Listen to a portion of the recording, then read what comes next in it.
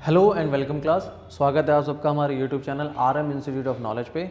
आज हम अपने क्लास 10th के मैथ का चैप्टर है एपीयूज को कंटिन्यू कर रहे हैं। इससे पहले हम और भी इसके इंट्रोडक्शन और कुछ इनके प्रीवियस वीडियोस बना चुके हैं। आपको इस टॉपिक को समझने के लिए पहले प्रीवियस वीडियो देखने होंगे, उसके बाद आपको ये टॉपिक समझ में आएगा। हम AP चैप्टर 5 का आज हम अगला टॉपिक करने जा रहे हैं, एक्सरसाइज 5.2। ध्यान दीजिए।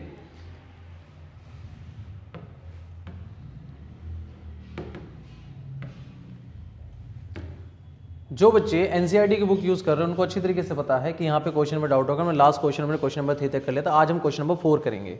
आपका एनसीईआरटी का पेज नंबर 106 है ये। ध्यान दीजिए क्वेश्चन क्या कहता है, विच टर्म ऑफ एपी 3, 8, 13, 18 इज 78। मैं इसको लिख देता हूँ। आपसे सवाल कहता है कि एपी है जिसमें 3 है, 8 है, 13 है, 18 है और इसी तरीके से कहता है यहाँ पे 78 दे रखा है। और सवाल कहता है विच term of AP is this. इसका मतलब क्या है, ये क्वेश्चन नंबर 4 है। ध्यान दीजिए क्वेश्चन नंबर 4 में कहता है कि एपी है 3, 8, 13, 18 और कौन से टर्म पर 78 आएगा। मतलब टर्म पहला, दूसरा, तीसरा। देखो 4 नंबर तो इधर रखे, तो पहला ये है, दूसरा ये, तीसरा ये, चौथा ये, इसी तरीके से 5वां, 6वां, 7वां, 8वां, 9वां, 10वां, इसी तरीके से कौन से टर्म पर 78 आएगा। अल्टीमेटली सवाल यही पूछ रहा है। तो फॉर्मूला इसका वही है पुराना वाला। जिन बच्चों ने हमारी पुरानी वीडियोस देखी हैं उनको ये बात समझ में आ रही होगी कि फॉर्मूला क्या है। फॉर्मूला ये है an is equal to a plus n-1d। बस यही है। इसी फॉर्मूले पे शुरू की 2 एक्सरसाइज आपकी हो जाएगी, 5.1, 5.2। पूरी की पूरी एक्सरसाइज इसी फॉर्मूले पे है। तो ध्यान दीजिए an का फॉर्मूला क्या है। इसमें मतलब आपसे ये पूछ रहा है कि कौन से टर्म पे 78 आएगा। मान लो फॉर एग्जांपल हमने अभी आंसर मैंने सॉल्व नहीं किया। मान लो कि ये हो सकता है 20वां टर्म हो या 25वां टर्म हो, ठीक है। तो जो टर्म है उसका मतलब है n, और उस टर्म पर जो वैल्यू आएगी वो है an। तो इन दोनों में से हमें an तो पता है, n ही पूछ रहा है। तो an कितना है, 78। a की वैल्यू क्या है, क्वेश्चन का फर्स्ट टर्म जो होता है वो a होता है, यानी 3। आपसे n ही तो पूछ रहा है, n छोड़ दो ऐसे ही। और डिफरेंस कितना है, d के लिए आपको थोड़ा सा एक वर्किंग नोट करना पड़ेगा। d हमेशा क्या होता है, हर दूसरे में से पहला घटाते हैं अगर वो AP है। क्वेश्चन कहता है कि अगर ये AP है तो AP का फॉर्मूला, डिफरेंस का फॉर्मूला होता है कि हर दूसरे नंबर में से पहला नंबर घटाना है। तो कितना हो जाएगा, 8 में से 3 घटाएंगे, आंसर आ जाएगा 5। तो यहाँ पे d की वैल्यू हो जाएगी 5। तो आप ऐसे कर सकते हैं 78 इज इक्वल टू 3 प्लस ये 5 ब्रैकेट के बाहर है, ब्रैकेट के सभी आइटम से मल्टीप्लाई होगा 5n-5। तो ये हो जाएगा 78। ये जो 3 है यहाँ पे आप इसको यहीं पे सॉल्व कीजिए, कोई बात नहीं। ये हो जाएगा 5n-5। आप इसी को इज इक्वल टू इधर ही सॉल्व कर लीजिए। 3 प्लस का है, 5 माइनस का है, तो -2 प्लस का 5n। और ये कितना आ जाएगा यहाँ पे 78। -2 है उधर चला जाएगा, ये कितना आ जाएगा 78 प्लस का 2 हो जाएगा, ये हो जाएगा 5n। ये हो गया 80 is equal to 5n। Now n की वैल्यू क्या हो जाएगी, 5 यहाँ डिवाइड हो जाएगा, 5 यहाँ डिवाइड हो, n की वैल्यू कितनी आ जाएगी 16। आई होप ये बात आपको समझ में आ रही होगी। सवाल ने आपसे पूछा था कि which term of an AP। तो ध्यान दीजिए सवाल ने क्या पूछा था। हम बात कर रहे हैं क्वेश्चन नंबर 4 की। क्वेश्चन नंबर 4 कहता है विच term of AP is this 78। जाइए अपनी एनसीईआरटी की बुक का लास्ट पेज खोलिए, वहाँ पे सॉल्यूशन गिवन होता है। चेक कीजिए क्या क्वेश्चन नंबर 4 का आंसर जो हमारा निकला है वो है या नहीं, n इज इक्वल टू 16 है या नहीं है। अगर ऑप्शन बिल्कुल ठीक है तो कमेंट में इसका जवाब दीजिए, या गलत है तो भी आप मुझे जवाब दीजिए ताकि मैं इसको दोबारा से आपको बता सकूं। ध्यान दीजिए अगला क्वेश्चन कहता है find the number of term in each of the following AP। आपको इस AP का टर्म निकालना है। और क्वेश्चन क्या है, ध्यान देते हैं। क्वेश्चन अगेन कहता है यहाँ पे find the number of term in each of the following. मतलब पहला क्या है 7, 13, 19 और फिर ऐसे करते 205 दे रखा है। ध्यान दीजिए नंबर है 7, 13, 19 और ऐसे करते करते 205 दे रखा है। मतलब हमसे यही पूछ रहा है कि बताइए कि ये 205 इस AP में कितने टर्म पर आएगा। तो इसको दोबारा कर लेते हैं। सवाल वही है कि 7, 13, 19 डॉट डॉट डॉट 205 क्या टर्म होगा इसका। तो formula an is equal to a plus n-1d। ध्यान दीजिए फॉर्मूला हमेशा वही रहेगा, चेंज नहीं होने वाला। अब इसमें बताइए पहला टर्म क्या है 7 है। दूसरा n की ही तो वैल्यू पूछ रहा है आपसे, तो n हमें नहीं पता, लेकिन an पता है। आखिरी वैल्यू कितनी है, 205 है आखिरी वैल्यू। नाउ ये कितना हो जाएगा, n-1, n कितना होगा, n ही निकालना है हमें, -1। डिफरेंस क्या है, अगेन डिफरेंस के लिए वही फॉर्मूला, d का फॉर्मूला होता है a2 माइनस a1। आप हमेशा दूसरे में से पहला घटाएंगे, तो 13 में से 7 जाएगा, ये बचेगा 6। 13 में से 7 जाएगा, बचेगा 6। तो डिफरेंस कितने का हो जाएगा, 6 का। अगेन इसको सॉल्व करेंगे, 205 = 7 प्लस ये हो जाएगा 6n-6 हो जाएगा।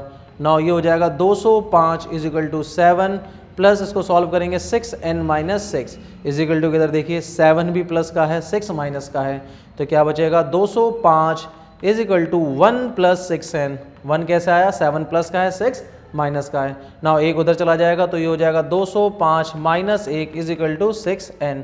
तो सॉल्व करके हमारा आंसर आ जाएगा 204 = 6n। नाउ n की वैल्यू निकलेगी, हम क्या करेंगे, 204 को हम 6 से डिवाइड कर देंगे, आंसर हमारा इस तरीके से आ जाएगा। काटो उसको जितने से काट सकते हो, अगर नहीं कोई काट सकता तो 2 से काट लो, 2 से कटेगा 3 बार में, और 2 से चला जाएगा 102 बार में। फिर 3 के टेबल से डायरेक्ट जाएगा, 3 के टेबल में 3 3 जा 9, यहाँ बचा 12, 12 जाएगा 4 बार में, तो n की वैल्यू आ जाएगी 34।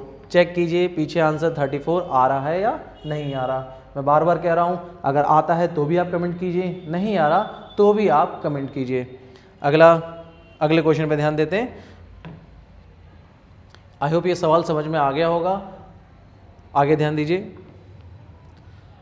अगला सवाल, ये क्वेश्चन नंबर 5 के 2 पार्ट हैं। क्वेश्चन नंबर 5 के 2 पार्ट है, तो पहला पार्ट आपका हो गया, दूसरा पार्ट ऐसे ही 18, 15.5, 13, मुझे लगता है कि आपको क्वेश्चन नंबर सेकंड पार्ट में दिक्कत आएगी, तो हम सेकंड पार्ट करके आपको दिखाते हैं। ध्यान दीजिए, सेकंड पार्ट में क्या कहता है।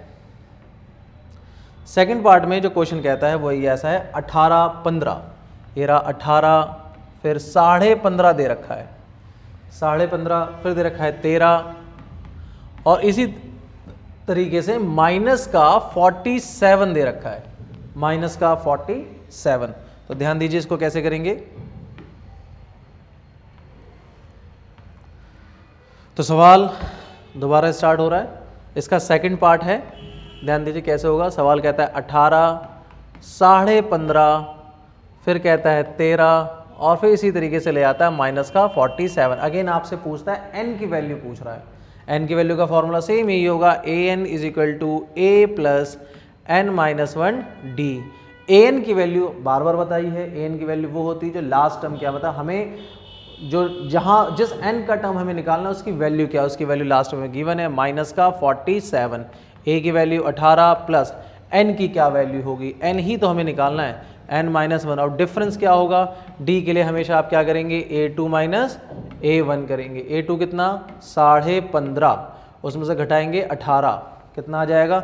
अगर ध्यान से देखो 15.5, 18 में से 15.5 घटाते तो भी कितना आता, 2.5 आता, तो ये कितना आ जाएगा, 2.5, वो भी कौन सा, माइनस का 2.5, या 2.5 ऐसे लिख लो या तो 5/2 लिख लो, बात एक ही है।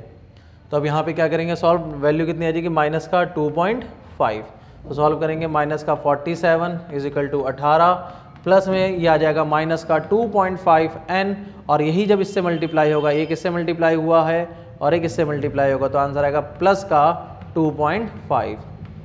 सॉल्व कर लेते हैं इसको, यह आ जाएगा माइनस का 47, यह आ जाएगा 18, ब्रैकेट खुलेगा तो प्लस माइनस माइनस का 2.5n आ जाएगा, और ये प्लस का 2.5 आएगा। अगेन इसको अगेन सॉल्व कीजिए। आगे ये माइनस का 47, ये 18 और ये प्लस का है, दोनों जुड़ जाएंगे, कितने हो जाएंगे, 20.5, 20.5, और यहाँ रह जाएगा माइनस का 2.5n रह जाएगा। अब ये 20.5 उधर चला जाएगा, तो माइनस का 47 और माइनस का 20.5 = माइनस का 2.5n हो जाएगा। इसको सॉल्व कीजिए, रफ माइनस का 47 और माइनस का 20.5 ये जोड़ लेंगे, कितना आ जाएगा, 67.5, वो भी माइनस का, तो हम यहाँ लिखेंगे माइनस का 67.5, और यहाँ आ जाएगा 2.5n। नाउ n की वैल्यू क्या होगी, वैल्यू निकालेंगे तो ये -67.5 आप अपॉन में चले जाएंगे, ये 2.5 और यहाँ पे आ जाएगा n। देखो इसके बाद नेक्स्ट स्टेप है, n को यहीं छोड़ दिया, 2.5 को इसके नीचे ले गए। जब आप इसको डिवाइड करोगे तो डिवाइड करने में क्या है कि आप यहाँ से पहले पॉइंट हटाओगे, तो बचपन वाला रूल जो बचपन में करते थे, यहाँ से पॉइंट आया, यहाँ से बच्चों को लगेगा क्या सर आप छोटे छोटे स्टेप बता रहे हो तो बाद में, लेकिन कई सारे ऐसे बच्चे होते हैं जिनको ये भी नहीं आता, इसलिए बताना पड़ता है कि क्या हो जाएगा 675 में 25।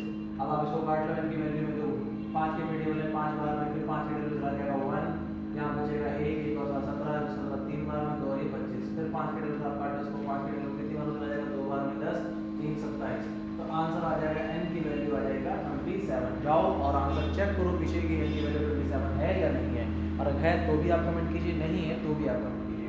ध्यान दीजिए नेक्स्ट क्वेश्चन पे। मैं उम्मीद करता हूँ ये वाला क्वेश्चन आपको समझ में आ गया होगा। मैं बार बार कह रहा हूँ जब आपको क्वेश्चन समझ में ना आए, हमारा नीचे डिस्क्रिप्शन में आपको टेलीग्राम का लिंक मिल जाएगा, आप उसमें मैसेज कीजिए, डीएम कीजिए, हम आपको तुरंत रिप्लाई करेंगे। ध्यान दीजिए नेक्स्ट क्वेश्चन पे। हमने जो अभी भी क्वेश्चन किया है वो क्वेश्चन क्या है,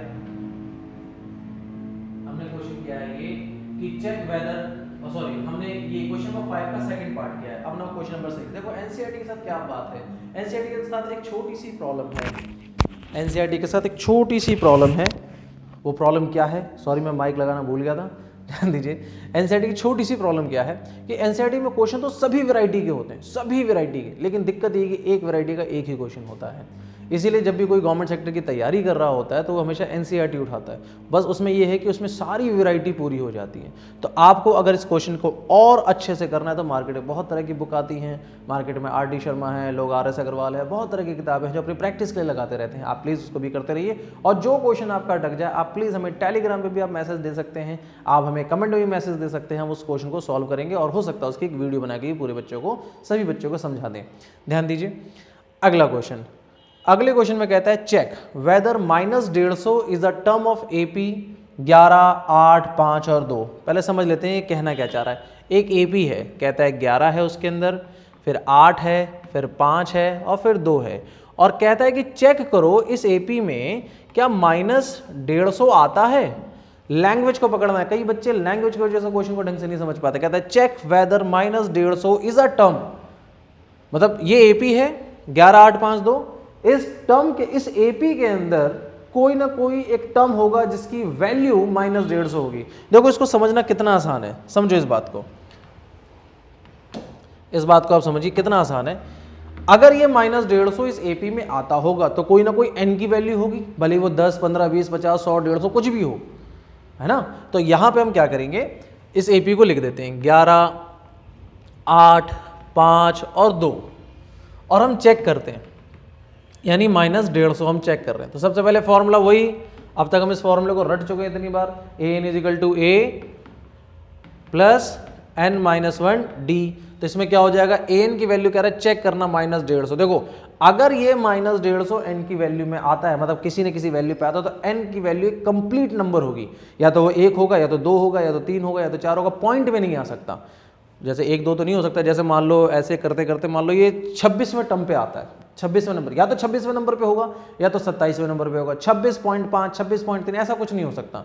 तो इसी से हमें अंदाजा लग जाएगा। तो ध्यान दीजिए a की वैल्यू कितनी है 11, n की वैल्यू हमें पता ही नहीं, वही तो निकालना है हमें, और d की वैल्यू कितनी है, इसमें d की वैल्यू निकालने के लिए एक वर्किंग नोट कर लीजिए, d = क्या होता है हमेशा a2 - a1, और एग्जामिनर को दिखाना होता है ये d 8 क्योंकि अगर आपने नहीं किया तो एग्जामिनर की सोच क्या होगी, एग्जामिनर ये सोचेगा हो सकता है आपने आगे वाले बच्चे से नकल मार लिए, पीछे वाले बच्चे से नकल मार लिए, इसलिए वर्किंग नोट बहुत ज़्यादा जरूरी है। ये एक प्रूफ है कि आपने अपनी मेहनत से किया है।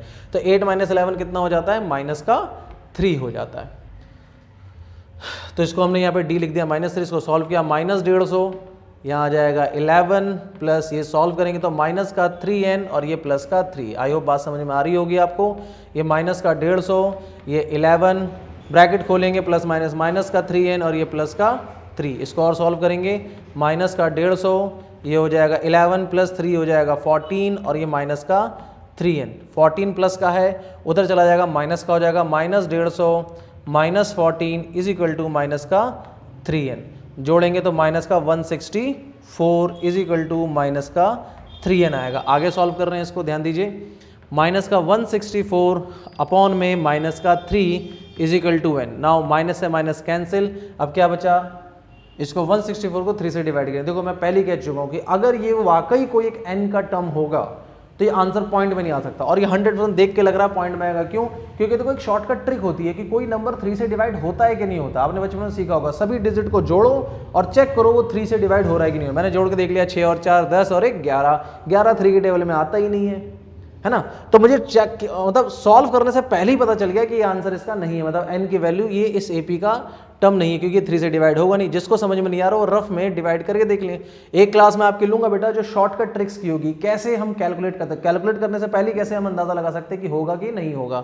तो हम इसको 3 से डिवाइड करें, 3 5 जा 15, क्या बचा यहाँ पे 1 और 4, 3 4 जा 12, क्या बचा यहाँ पे 2। अब देखो इसके बाद तो पॉइंट लगना तय हो गया ना, 3 6 जा 18, अब ये पॉइंट लगता चला जाएगा। तो कहने का मतलब ये है कि n की वैल्यू जो आ रही है 54.6 आ रही है, n की वैल्यू 54.6 आ रही है। तो आपको यहां तक ये बात समझ में आ गई, n की वैल्यू 54.6 है। तो बताइए क्या कभी AP में n का जो टर्म है वो 54 होगा या तो 55 होगा? 54.6 में आ सकता है? नहीं। इसका मतलब ये सवाल में जो आपसे पूछा गया था कि बताइए कि क्या -150, क्वेश्चन नंबर 6 में, check whether the -150 is a term of the AP 11 8 5 2, क्या ऐसा हो सकता है? नहीं हो सकता। आई होप ये बात समझ में आ रही होगी आप लोगों को। देखिए अभी हमने 3 सवाल हमने इसमें कंटेंट किए, 4 5 और 6 हमने देखा। आई होप अगर आपको चीज़ें समझ में आ रही है तो हम आगे बढ़ते हैं नेक्स्ट क्वेश्चन की तरफ। देखिए अगला क्वेश्चन क्या कहता है। अगला क्वेश्चन आपके पास, मैं उम्मीद कर रहा हूँ कि NCERT की बुक होगी, और जिनके पास NCERT की बुक नहीं भी है टेंशन ना लें, आप कहीं से भी इसका PDF डाउनलोड कर सकते हैं, NCERT गूगल पे आपको मिल जाएगा। देखिए अगला सवाल क्या कहता है, बहुत बढ़िया सवाल है। कहता है find the 31st term of AP whose 11 term is 38 and 16 term is 73। मैंने पहले ही कहा था कि NCERT हर टाइप के क्वेश्चन को कंक्लूड करता है, बस दिक्कत ये है कि एक टाइप का एक ही क्वेश्चन होता है। तो ध्यान दीजिए इसमें कैसे करना है। सवाल ने पूछा बताइए उस AP का 31वां नंबर बताइए जिस AP में 11वां नंबर 38 है। 11वां नंबर यानी A11 कितना है 38, और उसी AP में जो 16वां नंबर है वो है 73, और उस AP का आपसे पूछता है 31वां नंबर। देखो सवाल बहुत इजी है, ध्यान दीजिए। हम क्या करेंगे इसको, हम चलिए सवाल बहुत इजी। कहता है एक AP है, हमें नहीं पता वो AP का संख्या क्या है, लेकिन ये पता उस AP में 11वां नंबर क्या आता है 38, 16वां नंबर क्या आता है 73, उसी AP का हमें 31st नंबर निकालना। तो ध्यान दीजिए, तो ATQ अकॉर्डिंग टू क्वेश्चन के हिसाब से क्वेश्चन कहता है कि A11 जो है वो 38, और A11 का फॉर्मूला क्या होता है A + 10D। अब बेटा कई बच्चे कहेंगे सर ये फॉर्मूला कैसे आ गया, तो बेटा मैं बार बार कह रहा हूँ पिछली वीडियोस देखिए, उसमें समझ में आ जाएगा ये फॉर्मूला कैसे बना।